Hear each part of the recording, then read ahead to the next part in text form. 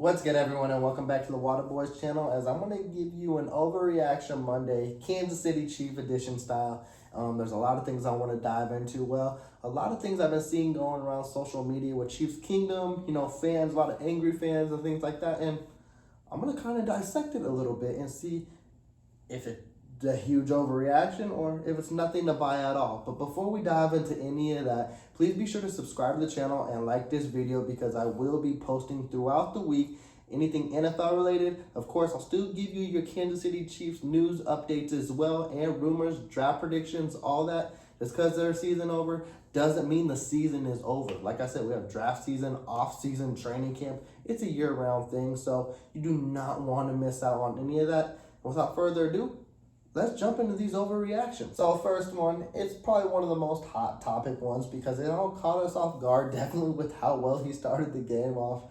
And it went from basically near perfection to utter disaster in just a half. And the first one is Mahomes elite? And I'm going to give you right now, that is probably the biggest overreaction. Definitely one that you will have on a Monday after a loss like this, but I get it because, man, he shut down completely. I don't know what happened. I don't know if he really just became really too cautious after that 1 yard play with a Hill where it didn't connect and he just was in his head for the rest of the game. I don't know because we've never, even early in the year, he had bad spurts and things like that, but it was never to that degree. Yeah, people will go back to Washington game where he threw that, I don't even know, I don't want to call it a pick, but it was, where he basically threw it up. It was a punt in the air, ugliest pick you ever seen, but this was times that as well. He threw horrible balls. He was running backwards 20 yards, but there was no reason to do that. He had no trust in a line that was blocking for him just fine. And even when they had a chance to take the lead at the end of the game, instead of settling for a field goal, there was open receivers. You see Hill jumping in the end zone. You see Kelsey jumping in the end zone. It was either Pringle or Robinson. They could have made a play on the ball, and instead, he panics and runs 20 yards backwards and then ends up fumbling the ball. Thank God there was a lineman there as well, because Casey might not even be in a position to have Bucker kick that kick. So I do not know what got in his head at halftime, if it was that play and it was just stuck with him thoroughly throughout the game. But does that change how I view Mahomes? No, and no one else should change their aspect on that as well. He is allowed to have bad games. It's unfortunate. It was in one of the biggest games. I'm not even going to say the Super Bowl last year against the Buccaneers was a bad game for him. That one, he legit didn't have no blocking. You can see he was playing like Superman. He nailed receivers in the face, and those shouldn't have been caught. They weren't. That I'm not even going to give him as a bad game because a lot of people remember him going out on his shield. This one, utterly bad. And it's crazy because, like I said, when you start the game 18-21, 3 touchdowns, 3 incompletions, and then you go out like that in the second half, literally a QBR of 98 in the first half and then 1. Yeah, 1. I don't think that's ever been heard of whatsoever. And I don't know. I will give it a pass. I don't think it will slide on to next season because he is still the greatest quarterback in the league. No matter what anyone says, everybody will still wish to have him on their team. There will be 30 other teams that would draft Mahomes on their team regardless. And he just happened to have a bad game, and that's all it is. And it's unfortunate it was at a bad time. But like I said, if you're going to give him his flowers when he's good, you got to be critical of when he's bad. And unfortunately, he was bad when we needed it. And hey, it is what it is, but it's a complete overreaction. Next overreaction is the dynasty over? And you know what? I might be sipping what you selling. I might be sipping on that Kool-Aid because it might be over. And here's the thing. It just depends on your definition of a dynasty. Did you expect to win 4 straight Super Bowls? Are you expecting a run like Tom Brady and Bill Belichick, that type of thing as well? If you are, that's still very much alive. It's just not going to happen in the fashion they did it as well. But again, they've made their 4 straight AFC championships. They were in 2 straight Super Bowls. They could be back next year. You just don't know how things will pan out. It's just your perception on what you view a dynasty. But in my aspect, I would like to view it as over. Just for the fact, I think it takes a huge monkey off of everyone's back as well, that they don't got to be living with, damn, we need to live up to these high expectations. Will that happen? Probably not, because Mahomes will always be compared to now a Tom Brady. Will he ever reach that standard, which is ridiculous? Can Reid get to Belichick? Can this team get to like the greatest show on turf, to the Patriots, all that? And I know the greatest show on turf wasn't a dynasty, but we remember it as one of the most explosive offenses ever. And can KC get back to that? I think KC needs to build their own standard and find the fundamentals to get them back to what they need to be to progress. Because like I said, last couple of years, it's been a regress. And even though it's been an AFC champion and an AFC championship loss and then a Super Bowl loss, that's still a regression, even though it's not huge. Because a lot of teams wish they were in our position. But right now, I would like to think the dynasty is over. But man, this kid, he's going into year 6, year 5 starting. You don't know what they could build around. We don't know what will happen in the offseason. I know Brett Veach, the type of GM he is, he's going to come out hungry, and he did it. Like, literally, he's going to execute what the hell happened in this AFC championship game and get those pieces to make sure we're right. He did it in the Super Bowl. He got us a whole new O-line. We were the worst O-line last year at the end of the year when everyone got hurt. And then in 1 year, people wish they had our type of turnaround with the O-line. Veach will always keep us straight. We'll just have to see how it goes, but I don't like to think of this team as a dynasty, at least not yet. We got another hot take, a crazy one, but hey, I get it. And I know I be in this type of position a lot of times as well, because coaching sometimes it pisses you off at this point, definitely when you feel like it could have been better. But I don't think this was the aspect in this game, and definitely a take for right now. But should Andy Reid be fired? It's an overreaction, you guys, and he should be his coach. He should be our coach as long as he wants to be our coach. There's not going to be a better one available. He's the best there is right now at it. Him and Bill Belichick, and honestly, depends on who you prefer. I would prefer Andy Reid just because the offense is dynamic. But if you're a defensive type-minded guy and you like that game manager mentality, you would probably side with Bill Belichick. But Andy Reid is my guy. I get it. Coaching, like, he does some stupid calls. I get it. Trick plays when you don't need to do them. You're moving the ball just fine, and you do stupid shit like that. You get away from the run game when it's most important to steal a game and maybe take pressure off your quarterback who's been struggling. I mean, again, that was critical in this game as well. Was they were averaging 6 yards a carry, and they abandoned it. They only had 7 rushes in the second half. McKinnon's been doing his thing all postseason. Same with Allaire when he came back last week and this week as well. He's been looking like a better back than I've ever seen before. Like, he knows someone's trying to take his job, so he wants to re-secure that number 1 spot. And when they're averaging that, give them another. Let them get you to the Super Bowl. Definitely when you see your quarterback struggling. When your quarterback's struggling, give him support. And he didn't, but Reid is known for doing that as well. He will abandon the run game. So it's give and take. You know what type of coach Reid is. He will lose games like this, unfortunately. It's just right now, there's no coach better than him. There's no other coach I would want coaching this team because I know he will steer the ship and get it right. It's just, it hurts right now, so I get it. But him being fired is a huge overreaction. Next overreaction, we're still staying in the coaching kind of situation, and KC, they need a new offensive coordinator and defensive coordinator.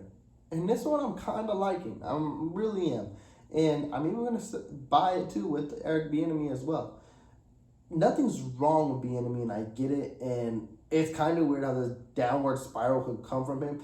His contract does expire, so it's whether KC wants to bring him back, or if he wants to come back or not, or if he wants to find a head coaching job in college, or if he thinks he can get one in the NFL. But let's be real as well. We got Mike Kafka.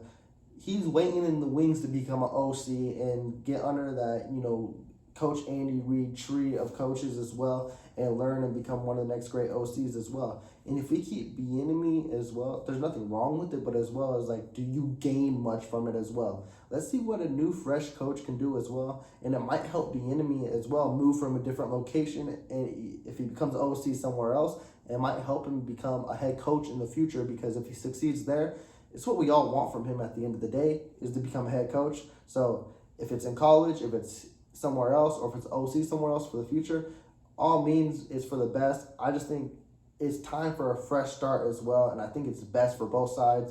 And we know how I feel about the D coordinator. Like I said, I don't feel defense lost this game. Did it win it? No, of course not. But we know the defense is not what's going to win the Chiefs game. So it's really not a lot Chiefs fans should be upset about as well. I see people saying, well, the Chiefs defense is the reason they lost the game. They give up the lead and all that. But again, your quarterback didn't do no justice as well. And this team is not a defensive first team. So with that being said, and everyone knows it in the coaching as well, So you shouldn't depend on them, and you shouldn't be mad at them for blowing a lead, definitely when your quarterback throws 2 interceptions and only 30 yards in the second half.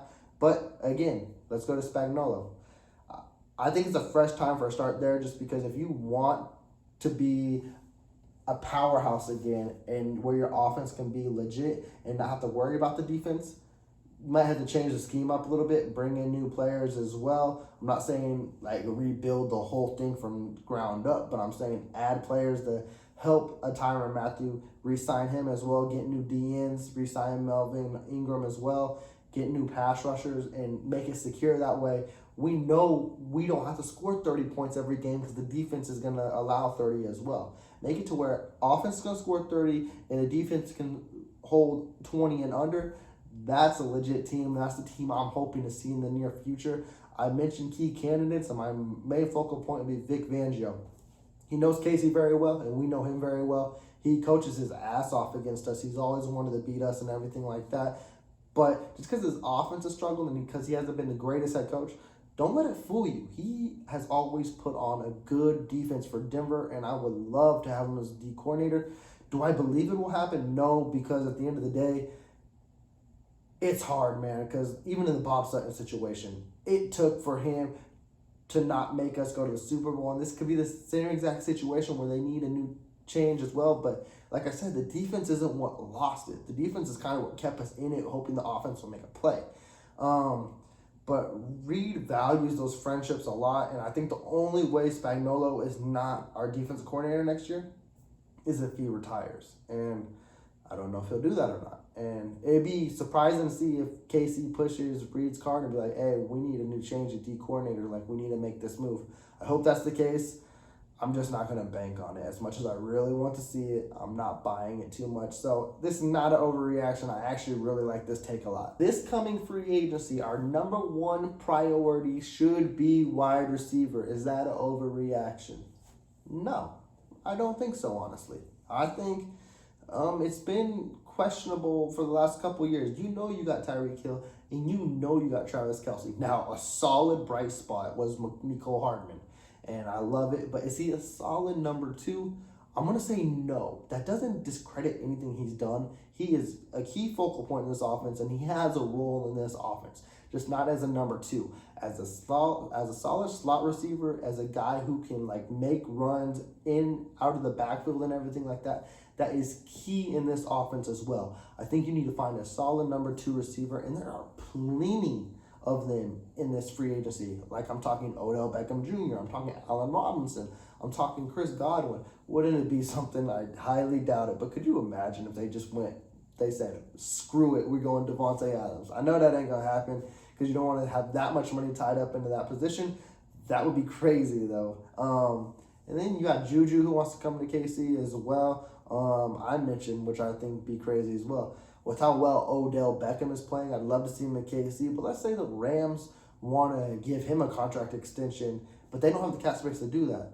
How about we trade for Robert Woods, man? Like, I know he's coming off ACL, but man, when he's healthy, he's explosive, and I would definitely take a chance with that, and he's definitely a solid number 2. You got a DJ Shark, and then I'm going to go into the draft as well. Draft is always loaded, and it is no different this year, but KC might have had a blessing in disguise, and we'll see. I think teams will still bite on it, but I'm telling you, if Jameis Williams, I think I said his name right, we all know the kid out of Alabama who tore his ACL. If he falls to KC, look out. That would be crazy matchup as well. Now, like I said, this is I love this take as KC's being the number 1 priority, but I don't want to get it twisted as well because people are going to be like, well, bring back Pringle. I think Pringle is going to get his payday, and I don't think it's going to be with Kansas City. He's going to basically pull on Albert Wilson. I think he's going to get that type of payday, and I don't think Casey wants to pay him that. Hey, get your money. I do love Pringle on this team. He can only grow from here. If they do sign him, that'd be great to see, but I know someone's going to pay him that money. I just don't believe it'll be KC. And also, I think if wide receiver is number 1 priority, cornerback is 1B as well. You can throw edge rusher out there as well, but I think cornerback's going to take a hit as well because the same thing as Pringle. I think Charvarius Ward's going to get his payday, and I don't know if Kansas City wants to do that, definitely with other needs they have as well, and they can look draft-wise or find a cheaper option. So we'll have to see how that pans out. But if you're missing Charvarius Ward, you got a huge hole in the safety because You're looking at the light of Fenton. Hughes is already a free agent. Snead, of course, he's coming into his own. Let's see if he can make that big step year 3. That'd be great to see as well. But now that I'm talking to myself, cornerback might be the biggest need. But like I said, it's wide receiver and cornerback. It's very close. But I want to see, like I said, this team moves on the offensive side of the ball. So that's what I'm going to stick with. But cornerback is definitely going to be a huge need moving forward this offseason. The next overreaction take is the Honey Badger, landlord, Tyrann Mathieu. He hasn't really done shit for us this year. Let him walk. This is a stupid-ass thing to say, man. Like, has he not put up the stats this year as he usually does? True. But he even pointed out in one of his tweets as well that I didn't even focus on. I do know that they aren't focusing throwing the ball to him because, one, the ball always finds him. And when he gets the ball, he's a threat to score at any time, so I get it. That's why his numbers are down as well. But also, too, he still had the same amount of turnovers as last year, just in a different fashion. He had 3 interceptions, 3 forced fumbles. Last year, he just had 6 picks. So the turnovers are still coming, even though he's not being targeted as well. And also, too, we've seen him when he is not on the field. He's the quarterback of this team, and this defense, if you think is bad, without him is worse. He is the number 1 priority. He needs to be signed. I hope he gets signed. I follow him on Twitter, and man, he gets me in my feelings so much because you could tell he wants to be on this team. But even when he tweets, sometimes it feels like he's not going to be on the team, and that really sucks because he's the reason we have a Super Bowl. He's the reason why this defense changed into a championship-style defense when it was, and I feel like he could turn them around again. Yes, he's getting older, but his play doesn't show it whatsoever. He's always around the ball. What I would love to see, and I think would help him out as well, is like you keep a Juan Thornhill, but you keep a Thornhill kind of playing like a Dan Sorensen position, not completely a box safety because he can move all around the field as well. But you get another guy in Thornhill's spot as well that's more versatile and helps the Honey Badger move everywhere. That way, if they can not avoid him, he'll be wherever he needs to be. I think KC needs to solidify this secondary and let Tyrann know that, hey, we're going to let you handle this. Do you? And that would be amazing to see. It's iffy because I really do believe KC's going to re-sign him. But, man, when you see him tweet every day and it's not always the best and positive looking for KC, it kind of gets to you. And I hope that's not the case because I'd love to see him retire a Kansas City Chief. But who knows? But definitely let him walk. That's the dumbest shit I've ever heard. That's a way overreaction. Like, KC needs him. And my last one to close out this overreaction, and it'll be, hey, that was KC's last chance. Their window has closed. I don't believe that whatsoever, man. As long as Mahomes is the quarterback of this team, which should be for the next 10, 15 years, KC will always have a shot. Now, will they be in the Super Bowl every year? No, they won't be. But they will have a shot every year. That's just like Aaron Rodgers with the Packers, Peyton Manning wherever he went, Tom Brady wherever he goes. Patrick Mahomes is that type of quarterback. He will, as long as he's healthy, he will keep them contending. He will find ways to improve. And we're just forgetting because he got off to a rocket hot start with that MVP year.